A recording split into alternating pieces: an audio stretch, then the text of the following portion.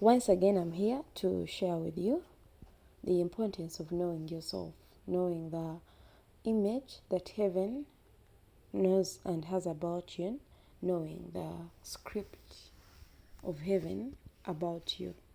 Now, knowing who you are, or actually who you are, does not spring or is not defined by the things that you have or do not have, by the job that you have or do not have, the money that you have or do not have, the grades that you got in school or you are getting in school actually also do not define who you are. And it's unfortunate that most people define themselves depending on all these things. I am not saying that these things are bad. They are good and, they are godly, but they do not define who you are. Who you are is what heaven or what the Lord, your maker, thinks and has and knows about you. Now, the day you meet this person, this you, that heaven has, this image that heaven has about you, you'll be shocked. And it is very important that you get to meet this you when you're still here on earth, because when you get to know, when you have already left and have parted to the other side of life, it might not be very useful. It will be useful, but you will have missed out on part of your life on earth. Now, I also want to say that you can be in church all your life and you actually never get to know who you are if you do not key in, or if you do not take a step to know and appreciate the revelation of God about you. In the first part of this message, I shared about Gideon, who was a mighty man of valor, and he became a great man. You can find that story in Judges chapter 6.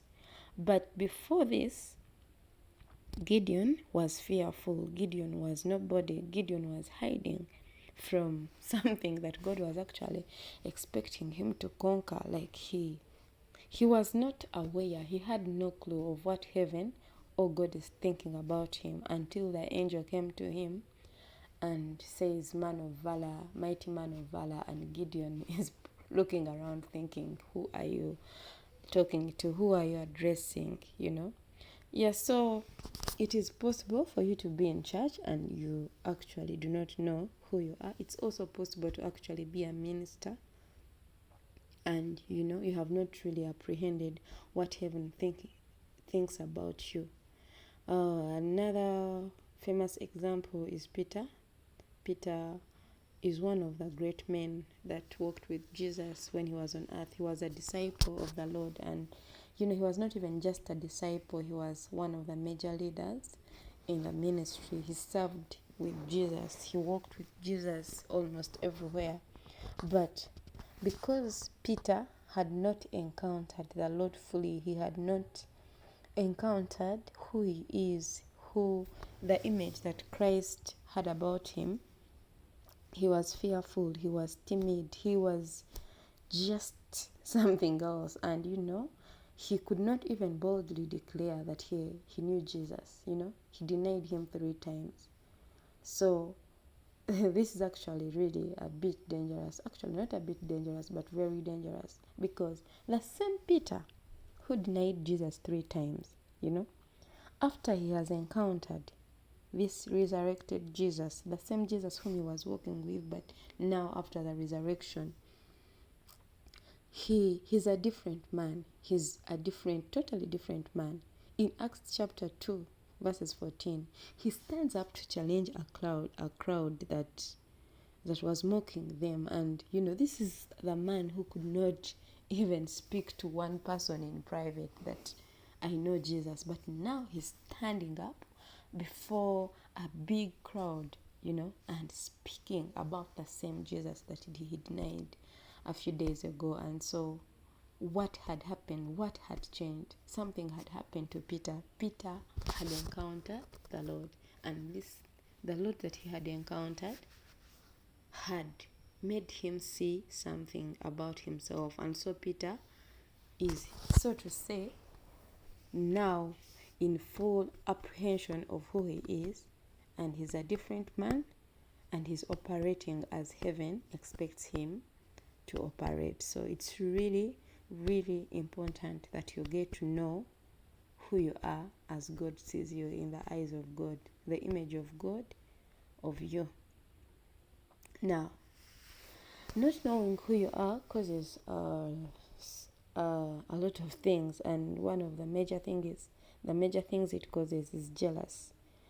You know, when you do not know who you are, you actually miss out your life because you try to compete or to compare yourself with someone or with others, and you try to be them and you cannot be them, and in the process you also miss out yourself. You miss out what you can be or do. And a good example of this is the story of Leah and Rachel. Rachel and Leah were the daughters of Laban who got married to Jacob. Now, Jacob, the Bible says Jacob loved Rachel. The Bible says Rachel was beautiful. She had strong eyes. Her eyes were strong. She was beautiful in form and appearance. But then Leah was weak. Her eyes were weak. And so the Bible says Jacob loved Rachel. Jacob worked for 7 years so that he can marry Rachel. And then after the 7 years, Laban actually gives him Leah. And Jacob, because of the love that he had for Rachel, he worked for more 7 years to marry her. So he worked for 14 years just to marry Rachel. Now, this Rachel, who was this much loved, gets married to Jacob, and she doesn't seem to know it or appreciate it. All her life, she's competing with Leah. She's trying to get what Leah has because Rachel was barren. She did not have children until some time, but all her life, every day almost, she was trying to get a child. She was trying to be like Leah, and she never got to enjoy what she had, the blessing that she had, because she was trying to get the blessing that Leah had. Of course, eventually she gives birth to Joseph, and Joseph actually becomes the greatest among all the sons of Jacob. And Joseph, after he was born, Jacob actually stops bearing children. So it was like he was waiting for Rachel to give birth so that he can stop having children. And this is how much really Rachel was favored and loved in the eyes of Jacob. But she never got to enjoy this. She missed out on all this because she was trying to get what Leah had. She was focused on someone else. She never got to focus on herself. So she missed out her life, and because she also could not get what Leah had, she missed it also. So it is really sad, And Leah, on the other side, also never enjoyed the blessing that she had because she was trying to compete with Rachel. She wanted to be Rachel. She wanted Jacob to love her as he loved Rachel. But this could not happen. Jacob never got to love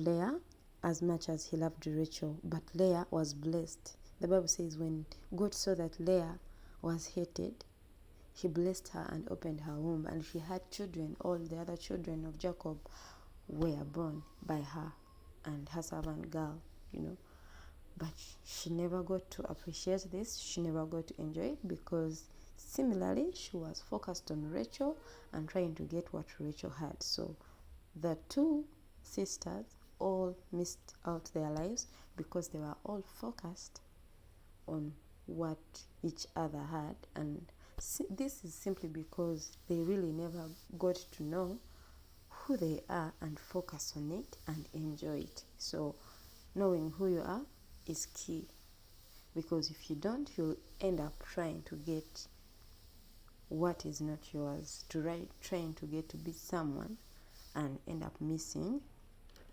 out on yourself. One last thing I'll point out is that when you don't know yourself, you end up making decisions that are costly, that are not right, because you take yourself for granted. You end up engaging yourself in so many things that you could have avoided if you valued yourself just a little more. And the only thing that you cannot value is because you do not know it. But when you know the importance of something, or when you know something, you will value it and treat it with the honor that it deserves. It's like giving a very precious thing to a kid who does really not know what exactly it is. She will play with it, she will put it in the mat, she will put it everywhere, because for her, she does not know how valuable this thing is. So she will play with it. You can't even give a glass to a child to use it for drinking water. You have to give her a plastic mug, because for her, she does not know how important, or she does not know that a glass has material that is different from a plastic cup. So she will heat it down, she can even put in stones, really, and that's what exactly happens when you don't know yourself. You treat yourself like how a child could treat this precious glass. Now you end up in places, so many people have ended up in places, in things, in marriages, in so many things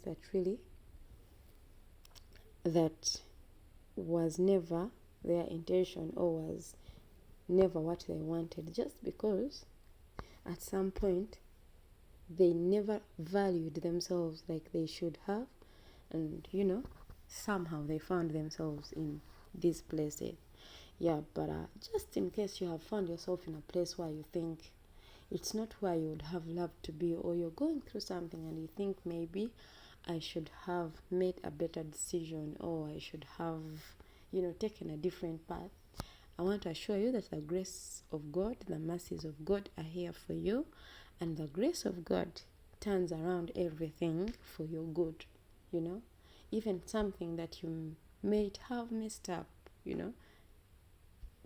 the grace of God turns it around and gives you double of a blessing in that thing. And so, receive the grace of God, and you'll see things turn around for good, and they will move from better to better to better to better and to better. Stay blessed.